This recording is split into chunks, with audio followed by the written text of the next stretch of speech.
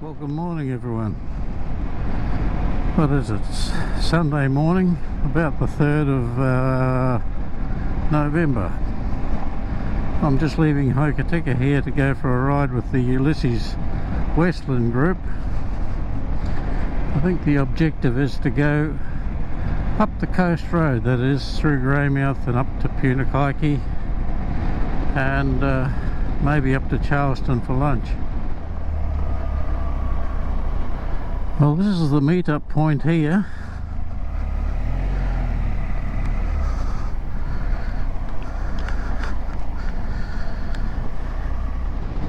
So as we leave Hokitika here, I'm riding with Dave, and I got behind me Ken Reese.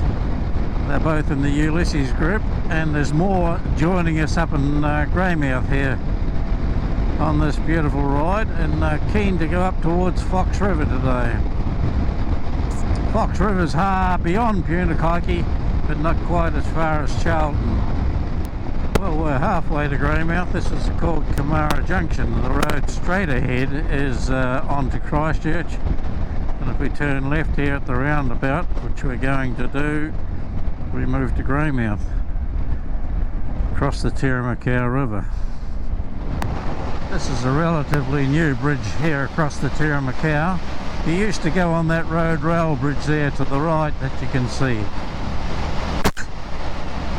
There's not much rail traffic now, but it used to be a pain there to get backwards and forwards. And the river there, that's the Tirramacau River. Just finished a whitebait season, closed at the end of last month there. Just here at this little town called Para, not to be confused with Pyra, up the North Island. Para is synonymous with the historical village up in the back there, called Shantytown. Got steam trains, gold panning, vintage machinery, and a lot of old buildings that are restored up to how they were back 150 years ago. Oh, well, pulling into Greymouth here, we've got a couple of blokes here that are joining the group. More than a couple by the look of it. Some big thumpers here this morning. Quite a variety.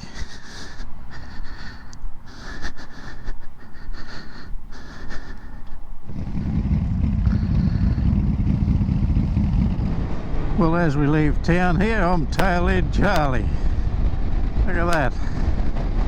Relegated to the arse end.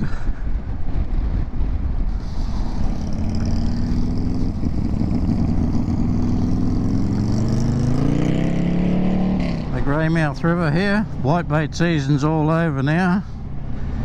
And she's quite black from the recent rain that we've just had. Yesterday I went for a ride up to Reefton, and woohoo, did I ride through a storm.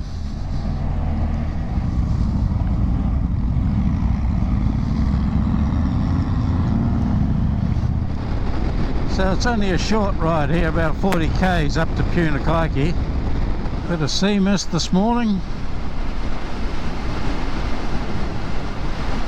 Bumpy seas from the recent southerly wind squall that came through. The bikes are starting to sort themselves out. The bigger ones have gone on ahead, and the trikes are just ahead here, so we'll catch up to a trike or two. This lady's on her first ride on this trike. She's going steady, and I think that's the very best thing to do. So she's just learning her way around here riding this bike. The bike's on the other side of the valley here.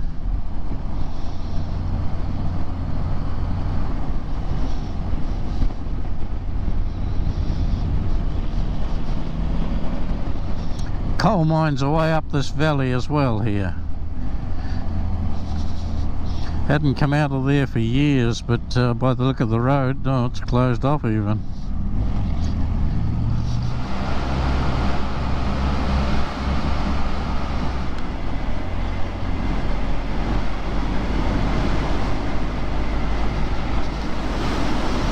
Got a lovely batch here right on the coastline. just in amongst these rocks here. Been there for years, the sea hadn't taken it away, and he's got a unique spot there.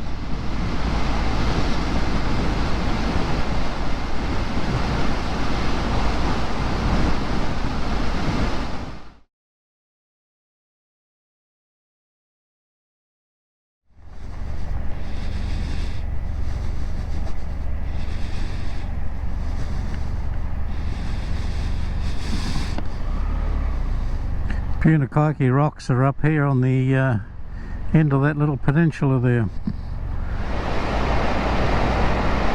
Nikau palms here to the left and right.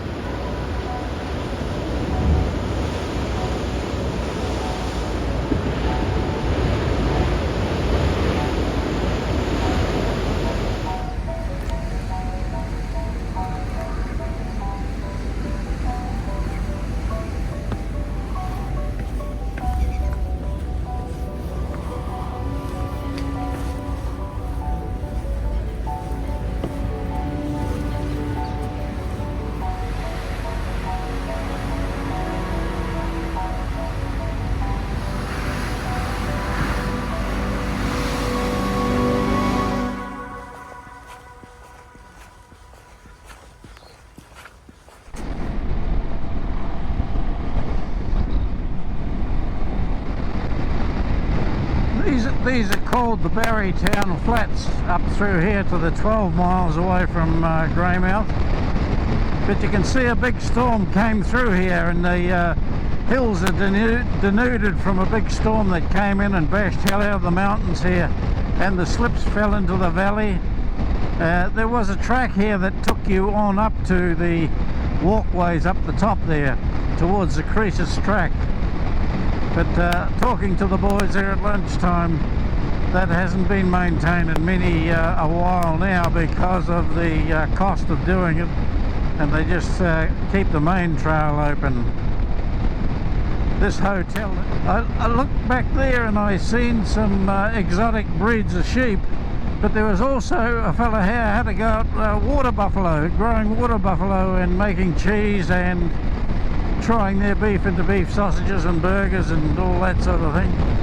And he had them here, say 20 or 30 of them, having a go and see if he could make a go of it here in Barrytown Flats. Another fella in this area had a go at growing wasabi. That's that hot tasting plant that they use for sushi and things. Well, I tried it at the time, and it seemed to me to be okay, but I was no connoisseur of the hot stuff. But none of the boys recognised that it was still an industry here. There's a bloke here now makes knives, you know, hunting knives and carving knives, and I just see flash past his gate there to see that he's advertising knives for sale. So I was tail end Charlie on my way up, and on my way back I'm Robinson Crusoe. The others have didn't want to go for a walk out to the rocks and blowholes, but today it was a spectacular blow there with the white foam and the big surges on the top of the tide. I think that would be one of the better ones that I had seen display going on there at the Punakaiki blowholes. But overall it's just a lovely ride today, and I'm thoroughly enjoying it along here. I've got a friend that's got a bachelor. No, her house is right pitched up on a cliff looking over the beach, and I haven't caught up with Jill in some time. I'll just pop in there and see if she still lives there. Jill and I done some training together years ago, and I used to drop her off here on my way back to Hokitika, having been to Christchurch for a week with her.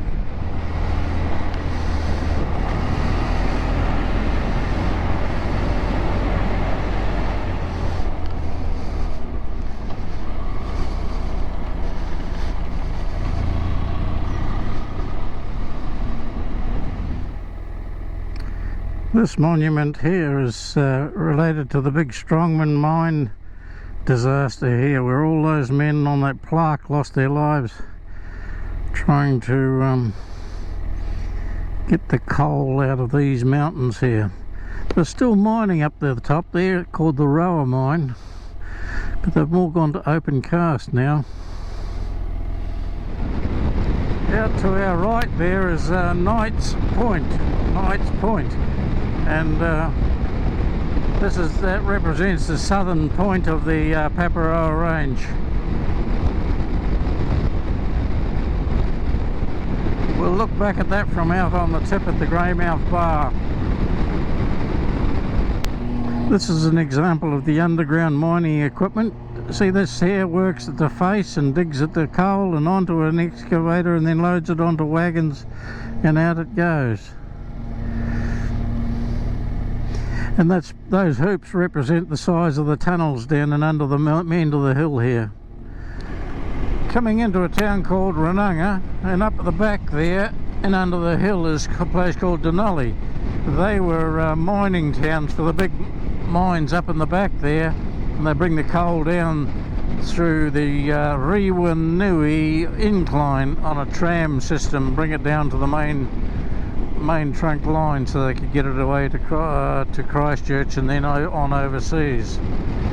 But these were big old towns in their days, but you see the architecture of the houses back in the 20s and 30s and 40s, I suppose. That's the architecture of those houses there, invariably made of wood, because there was a lot of rimu around and good hard solid timber, and so that's why the houses still say. That is an example of it there with the grey roof, built in the 40s, I would say. And the timber's as good as today as it was when it was all built. Rock solid.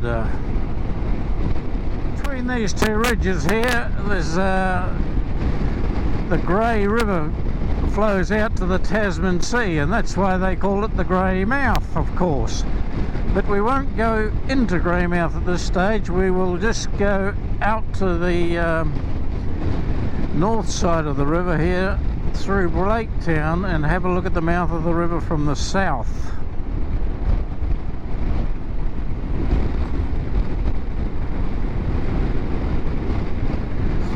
Two pubs on this side of the river, and you see the old architecture of the older houses through here. Early last century, not early late last century, about the 1910s through to the 1930s. Old chops like so.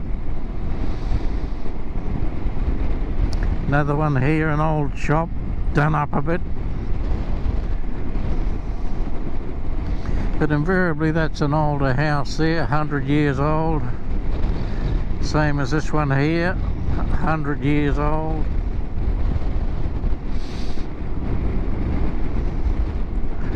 They either put a cladding of metal on the outside and then keep that a bit tidy if the boards are gone rotten, but I think I've got to cut left here to get out to the bloody river, so I've got to go back. I don't think I can get to the mouth. Oh, let's go and have a look, because we've got a motorbike we can.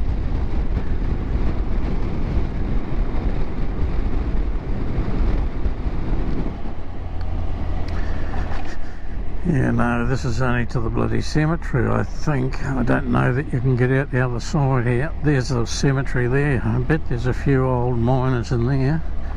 And look, you can't get through here unless you go like hell. So we'll have to turn around and go back out. Look at that beautiful big billy goat there. You'd be thinking, what the hell are you doing in here?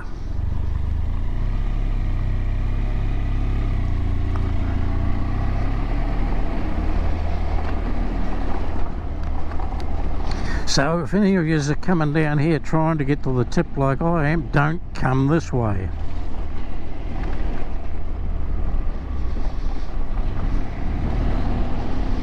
If I had better tyres, we could go out on the beach and hurtle along there, but I've got TKC 60s on the back, and that's no good in pebble stands.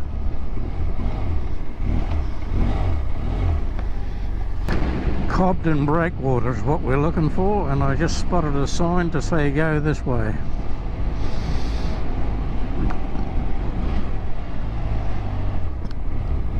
Look at that, we're spot on. But before we were over there in those trees, you can't get through there unless you got a chainsaw and a 4x4. Here's the breakwater from this side of the bar. This is quite a good surfing beach, so the boys get out there with their boards and have a play in the tide, but there's no one there today. And over this side we've got the grey bar. That's the southern spit there, and this is the northern spit.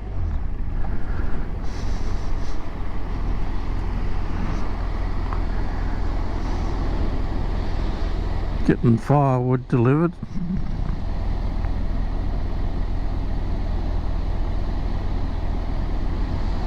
That's all come down the river in that recent flood and getting bashed back up onto the beach here. Hello, that looks like a whale bone there.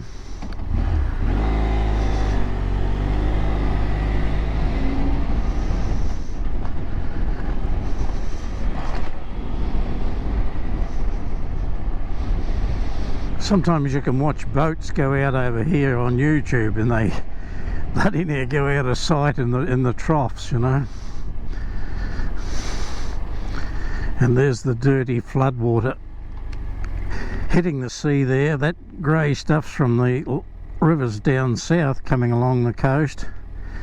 This darker brown is the river out of the Grey River, and they gently merge and head on up. And see that point of land out there that I was talking about, called Knight's Point? That's how far it is back that way. And Punakaiki is directly behind that, about another 35 k's. And you can see that this is quite a good surf tide here. They get out there and have a rip around. And that's where I was playing out there on the jet skis, jumping those big waves. Woo! Great stuff. Just waiting for a big wave to hit the end of the wharf here, hit the end of the...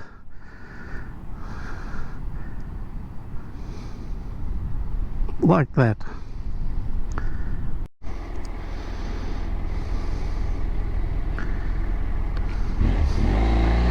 A story springs to mind about a fella that used to deliver the mail here, and he it was a wet, miserable day, and he didn't want to deliver his mail to the Cobden here, so he got as far as the bloody bridge up there and threw the bag of mail into the river and then buggered off and had a pie. And anyway, he thought that was all good, but the next day when he got to work, the boss called him in, and here's a big pile of wet mail. It had come down the river and washed up on this bloody beach here, and everyone had picked it up and taken it into the postmaster, complaining that their mail had been delivered via the sea.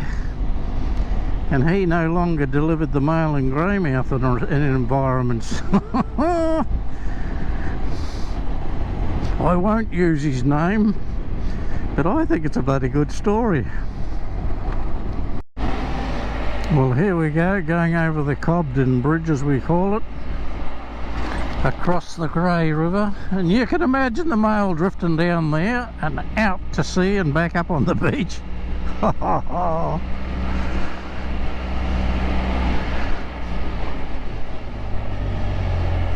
I suppose he was hoping it would go to Westport rather than to bloody Cobden.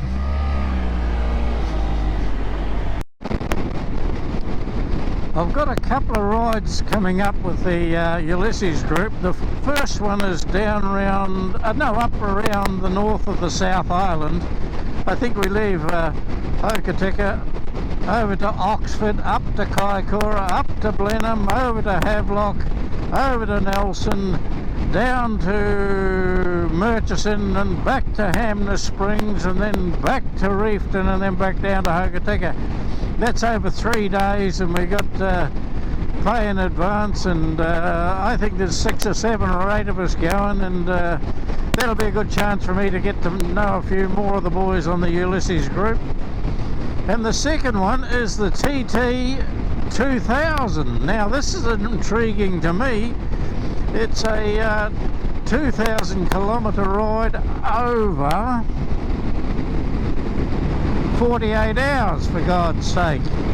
So this starts up in Richmond and Nelson, and we go to Motueka, Murchison, Westport, Greymouth, Methven, then Fairley, Tekapo, Wanaka, Tiana, and then all round Southland there, and that's over 2 days. My God, my arse will be sore doing that one. But anyway, they reckon I can do it. I haven't ridden 1,000 kilometres in a day ever. So this is a good test. I'm going to have to upgrade my bike a little bit. I've currently got my cousin Philip looking it over for me. He's a BMW aficionado. So we'll put new tyres on it, new chain and sprockets, and he's going to change the fluids and filters, and he's going to change the hydraulic fluids here for me. Going to tighten up a couple of things and square up a few things. The handlebars on this are just slightly off, and you've got to pull them apart and check the bolts and tighten that. So I am looking forward to that, and you get the t-shirt before you start, so then you take photos of the t-shirt at the police stations all around on these stops. So if I get too sore, I can just stop. I've already got the t-shirt, I just don't get the badge at the end. So anyway, with that little bit of a story, I'm going to close it down now, and I'll catch you on the next one. So this has been a good ride today. The temperature today is up to 14 degrees here, so I'm sweltering in under all this gear. And we're back to the Tirramacau and then on down to Hokitika. So thanks for watching, and I'll catch you on the next one.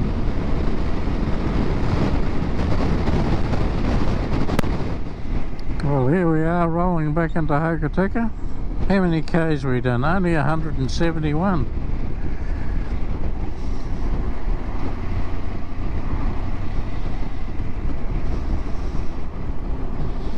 I'll go and top her up so I know how much fuel I've used.